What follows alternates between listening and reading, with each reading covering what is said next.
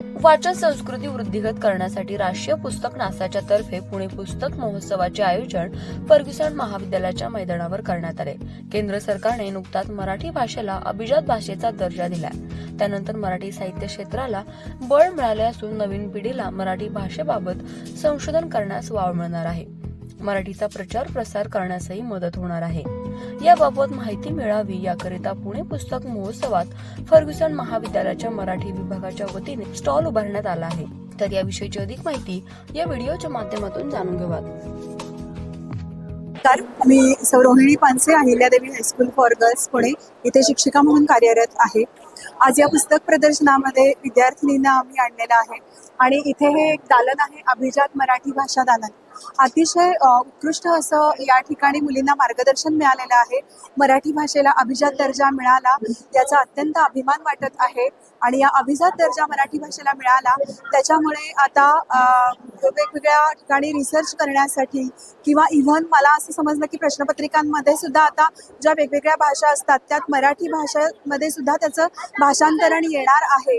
तर मराठी भाषेला हा जो अभिजात दर्जा मिळाला याचं उत्तम मार्गदर्शन आम्हाला या ठिकाणी मिळालेलं आहे। धन्यवाद। नमस्कार। फर्ग्युसन महाविद्यालयाच्या मराठी विभागाच्या वतीने आम्ही यावर्षी अभिजात मराठी भाषेला जो अभिजातचा दर्जा मिळाला तर त्यासाठीचा आम्ही जे पुरावे आहेत किंवा संदर्भ ग्रंथ म्हणून वापरले गेलेले आहेत तर त्याचं प्रदर्शन आम्ही यंदा पुणे पुस्तक महोत्सवामध्ये भरवलेलं आहे। तर मी MA ची विद्यार्थिनी आहे, माझ्यासोबत BA च्या वगैरे विद्यार्थिनी आहेत। तर आम्ही या उद्देशाने की बऱ्याचशा मुलांना किंवा वाचकांना अभिजात म्हणजे नेमकं काय हे माहित नाहीये, तर अभिजात म्हणजे काय हे समजावं।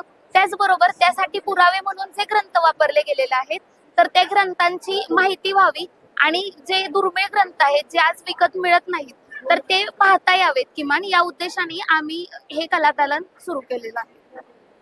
माझं नाव शुभ्रा याळगी आहे आणि या स्टॉलवरती मिळालेली विशेष माहिती म्हणजे आजच्या काळामध्ये मराठी भाषेचं बऱ्या प्रकारे वेगळं वळण मिळालेलं आहे आणि या स्टॉलवरती आल्यावरती तिची जुनी जी भाषा होती किंवा जुन्या काळामध्ये जसं आपण बोललं जातो त्याच्यामध्ये जे अडॅप्टेशन झालंय ते आपल्याला लगेच कळून येतं आणि इथे बऱ्याच गोष्टी लावलेल्या आहेत जसं की पुढे पण आपल्याला फार फायदा होतो।